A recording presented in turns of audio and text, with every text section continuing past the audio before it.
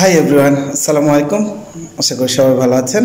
দর্জি কাটিং সেলাই প্রশিক্ষণের সহজভাবে শিখি তৃতীয় ক্লাসে আপনাদের সবাইকে স্বাগত।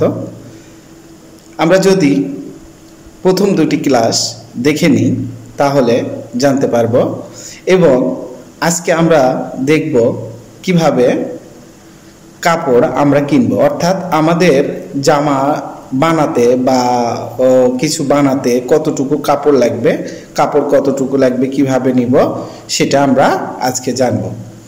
তো আমরা সরাসরি স্ক্রিনে যাই, তাহলে আমরা দেখতে পারবো। আমরা প্রথম ক্লাসে আলোচনা করেছিলাম 8টি বিষয় নিয়ে, সেটা আরেকবার আমরা রিভিশন দিই। অর্থাৎ আমরা কোনটার কি নাম সেটা জানব। পুট, মহড়ার শেপ, বডি, কোমর, হিপ, কোমর লম্বা, ঘের, মহড়া। এটা কিন্তু আমরা প্রথম ক্লাসে শিখেছিলাম। দ্বিতীয় ক্লাসে আমরা শিখেছিলাম, যদি আমরা দ্বিতীয় ক্লাসটা দেখি তাহলে আমরা জানব মাপের ব্যবহার। আমরা দ্বিতীয় ক্লাসে শিখেছিলাম মাপের ব্যবহার। সেইখানে দেখিয়েছিলাম 8টি বিষয়। সে 8টি বিষয় হলো পুট যত হবে তার 2 ভাগের 1 ভাগ, মহড়ার শেপ যা হবে, পুট যা হবে তা সেম হবে, অর্থাৎ ওটাও 2 ভাগের 1 ভাগ, বডি হবে যা 4 ভাগের 1 ভাগ, কোমর যত হবে তা 4 ভাগের 1 ভাগ, কোমর লম্বা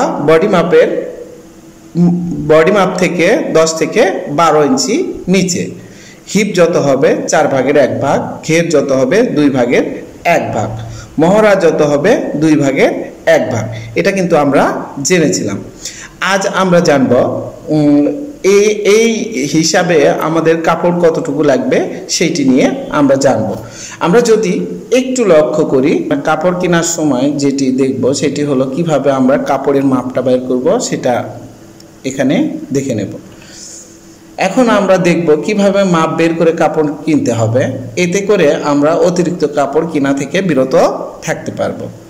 মনে করি বডির লম্বা 38 ইঞ্চি, এখানে আমরা দিয়েছি বডির লম্বা 38 ইঞ্চি, তাহলে বডির লম্বা দ্বিগুণ হবে, অর্থাৎ 38কে আমরা 2 দিয়ে গুণ দিয়ে আমরা 76 ইঞ্চি পেয়েছি। মনে করি হাতার লম্বা 5 ইঞ্চি, তাহলে 5 ওর সাথে যুক্ত হবে, অর্থাৎ 81 ইঞ্চি হাতের লম্বা হলো, হাতা ধরে হলো। এইবারে যোগ ফলের সঙ্গে 5 ইঞ্চি বেশি নিতে হবে, অর্থাৎ সেলাই বা কাটিংয়ের জন্য 5 ইঞ্চি বেশি নিতে হবে, অর্থাৎ আমরা এখানে পাইলাম হলো 86 ইঞ্চি। সর্বশেষ যে কয়টি বের করলাম, 86কে 36 দিয়ে ভাগ দেব। 86কে 36 দিয়ে ভাগ দিলে আমরা পেয়ে যাব। দেখুন এখানে আমি উল্লেখ করেছি 86কে আমরা 36 দিয়ে ভাগ করেছি, ভাগ করে পেয়েছি হলো 2 গজ 14 ইঞ্চি, অর্থাৎ 2 গজ 7 গিরা, 2 গজ 7 গিরা, তাহলে কাপড় লাগবে 2 গজ 7 গিরা।